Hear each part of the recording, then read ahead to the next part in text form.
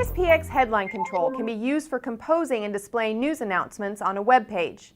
This allows you to easily create and display news headlines with visual styling that matches the rest of the ASP.NET components on your site. In this video, we'll look at how to manually create and customize a new headline control. So let's get started. I'll start with a new ASP.NET application. From the toolbox, I'll drag and drop a new ASPX headline control onto the page. In the Properties panel, I'll set the control's Content Text property. This specifies the text to be displayed as the news headline description. Then I set the Header Text property, which is essentially the actual news title to be displayed. The Navigate URL property should be specified to make the headline clickable and redirect the user to an actual news article for more details. And of course, since we're doing this manually, let's also specify a custom date to be displayed. Right now, the content text of this headline is too long. To shorten it, I specify the number of characters to be displayed using the control's max length property. Now when you look at the control's content, you'll notice that the extra text has been cut off and instead ellipses are being displayed, indicating that the content is not completely displayed. To make this a bit more professional, I can add what we call a tail text to the content. This is done using the tail text property and will display an HTML anchor at the end of the text linking back to the full article using the URL specified in the Navigate URL property earlier. Next, I set the image property's URL property to display an image in the headline control.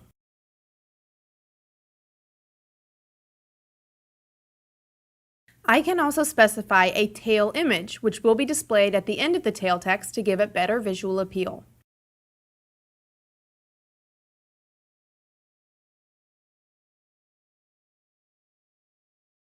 Let's make this more compact by manually specifying the width property of the control. Of course, the control can also be resized manually at design time.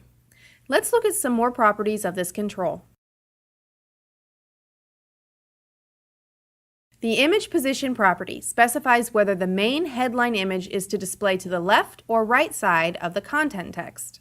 Tail image position, similar to the image position, specifies where the tail image should be located relative to the tail text within the control. And the tail position property itself specifies the position of the tail text within the headline. For now, I'm leaving all the properties on their default settings.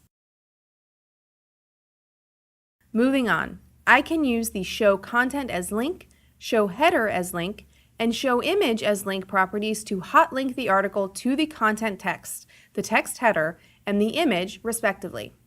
For this example, I'll enable the Show Header as Link and Show Image as Link properties to display those items as hyperlinks. Finally, I can further customize the visual aspects of the control, as well as apply CSS styling using the properties found in the Styles category.